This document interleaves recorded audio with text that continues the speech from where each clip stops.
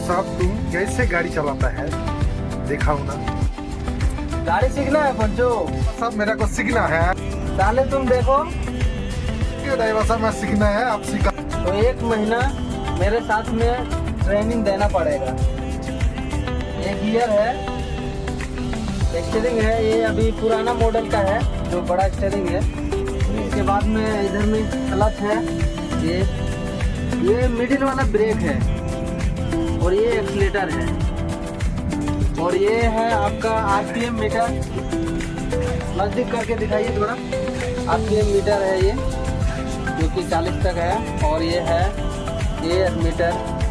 ये fuel tank है और ये आपका है टेम्परेचर। एक बड़ो कर भी दो तारपरे এইটা আছে এয়ার, দুটো আছে এয়ার মিটার। তারপরে এটা স্পিড মিটার। তারপরে এখানে চাবি আছে, স্টার্টার আছে, ফোর ইন্ডিকেটর আছে, আবার এখানে ইন্ডিকেটর আছে, আবার এখানে হর্ন আছে।